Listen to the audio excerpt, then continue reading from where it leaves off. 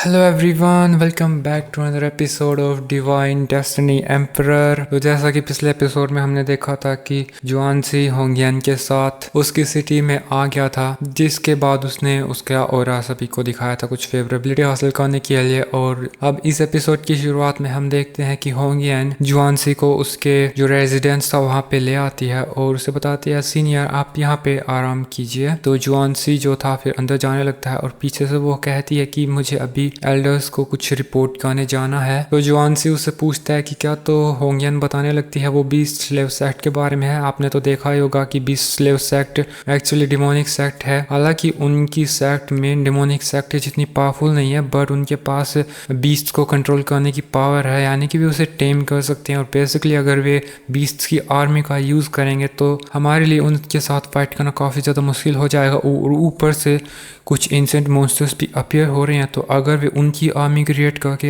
हम पे हमला करेंगे तो उसके लिए हमें पहले से तैयार रहना होगा। वो जुआनसी को बता रही थी कि बीस्ट स्लेव सेक्ट का जो एंसेस्टर है मिंग जोंग, वो कुछ न कुछ कदम उठाएगा क्योंकि आपने उसके लीडर उस जो एल्डर था उसको मारा है। अब ये सारी बातें सुन के जुआनसी सोच रहा था, तो तुम सीधा सीधा क्यों नहीं बोल देती कि तुम्हें मेरी मदद चाहिए इनसे डील करने के लिए। तो वो कहता है, तो तुम्हारा पूछता है मतलब तुम्हारा क्या आइडिया उनसे हमें कैसे डील करना चाहिए। तो वो बताती है कि अभी लोहा गर्म है और हमें आराम नहीं करना चाहिए, बेसिकली अपना कल्टीवेशन बढ़ाना चाहिए। हम मिलकर ही बीस्ट स्लेव सेक्ट का सामना कर पाएंगे। और जिसके लास्ट में फिर वो कहती है, प्लीज सीनियर आप हमें बीस्ट स्लेव सेक्ट को डिफीट करने में और उनकी कॉन्स्पिरेंसी को सबके सामने लाने के लिए हमारी मदद कीजिए। तो जुआनसी कह रहा था, मैं तो यही सोच रहा था, इंतजार कर रहा था तुम कब पूछोगी। लेकिन फिर वो उसे जवाब बताता है कि ठीक है, थोड़ी देर मुझे कल्टीवेट करना है और जब समय आएगा तब मैं तुम्हारी हेल्प करूंगा। इसके बाद जुआन होंगियन उसे थैंक बोलती है तो और उसकी फेवरेबिलिटी बहुत ज़्यादा बढ़ जाती है, मतलब 6,4 बहुत सारे पॉइंट्स जुआनसी को मिलते हैं। और वो ये बात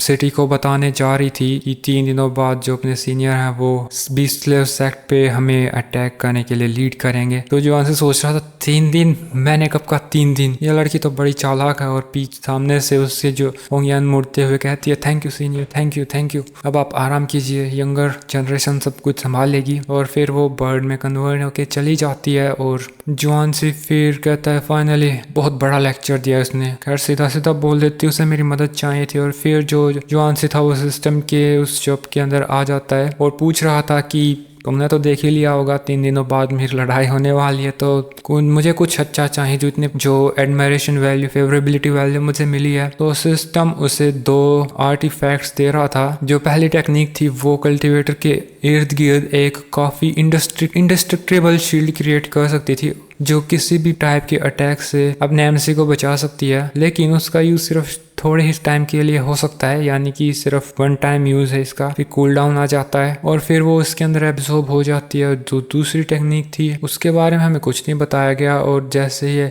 जो एमसी था जैसे उसे टच करता है तो उसके अंदर काफ़ी ज़्यादा एनर्जी आ जाती है, मतलब कल्टीवेशन बढ़ जाता है। इसके बाद सिस्टम उसे बाहर ले आता है और बताने लगता है कि यहाँ चारों तरफ मतलब आसपास के एरिया में मुझे एक ओवनरलेस आर्टिफैक्ट डिटेक्ट हो रहा है जो मास्टर के लिए काफ़ी ज़्यादा सूटेबल है। और वो उसे दिखा रहा था कि ये एक स्वॉर्ड है, लेकिन उसे खुद ही उसे हासिल करना होगा। जिसके बाद वो आसमान को देखने लगता है कि क्या करे। जिसके बाद हमें होंगियन को दिखाया जाता है, वो जुआनसी के रेजिडेंस के सामने आ गई थी और 3 दिन हो गए थे। अब वो बता रही थी, सीनियर सारी फोर्सेस तैयार हो गई हैं, आप आगे बढ़ो, हम आपके पीछे पीछे हैं, हमें कब निकलना चाहिए। तो जुआनसी कहता है चलो। उसके इतना बोलने की ही देरी थी कि होंगियन यहाँ पे एक फ्लाइंग कार्ट बुला लेती है, समन कर लेती है और ये लोग उसमें बैठ के ट्रैवल करने लगते हैं, उस बीस्ट स्लेव सेक्ट की केव में जाने लगते हैं। अब यहाँ पे कार्ट के अंदर अपना एमसी बैठा हुआ था और उसके सामने कुछ एल्डर्स आ जाते हैं और उनके आने के बाद होंगियन पूछने लगती है, सीनियर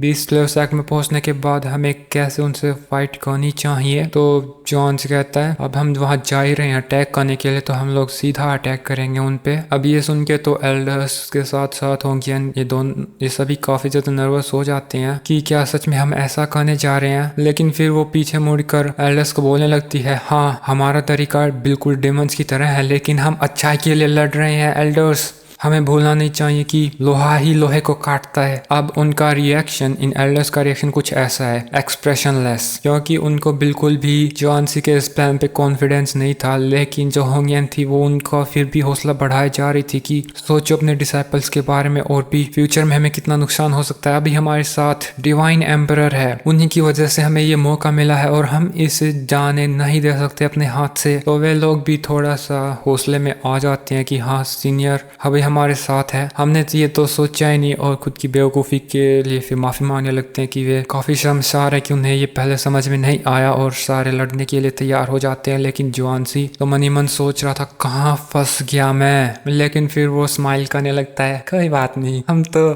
खैर अपना एपिसोड फिर चेंज हो जाता है, सीन चेंज हो जाता है, जहाँ फिर हम भी स्लेव सेट को देखते हैं और जो बाहर का पहरी था वो देख लेता है अरे कोई आ रहा है, और रिपोर्टिंग देने अंदर चला जाता है, जहाँ वो उसके मास्टर को बता रहा था मास्टर बहुत बड़ी फोर्स हमारे सेट की तरफ बढ़ रही है। तो वो पूछता है कौन आ रहा है, तो सिपाही बताता है वो एम्प्रेस होंगियन आ रही है, और उसके साथ वही सीनियर जो डिवाइन एम्परर का रिइंकार्नेशन वो भी है। और रिपोर्ट ये भी कहती है कि उसकी स्ट्रेंथ काफी ज्यादा है। तो जो एंसेस्टर था वो कहने लगता है तो इतना डरे हुए क्यों हो, हम भी तो डिमोनिक सेक्ट हैं, हमारे पास भी तो बहुत बड़ी फोर्स है, देख लेंगे इस खेत की मूलियाँ। और यही खबर बाकी सेक्ट्स को भी पहुंचा दो, लुओ सेक्ट को, ताकि वो अपनी मदद करने आ सके। तो तब तक मैं अपना सरप्राइज उनके लिए तैयार करता हूँ, और जो उसका जो सरप्राइज शायद ये डिवाइस है, खैर आगे देखेंगे तो हम। जिसके बाद जो एंसेस्टर था वो कहने लगता है वे आज तो अपनी मर्जी से हैं लेकिन जाएंगे कभी नहीं। और इधर जो ये बंदा था ये भी मदद मांगने के लिए दूसरी तरफ चला जाता है, और हम देखते हैं कि वो एंसेस्टर इस डिवाइस को एक्टिवेट कर देता है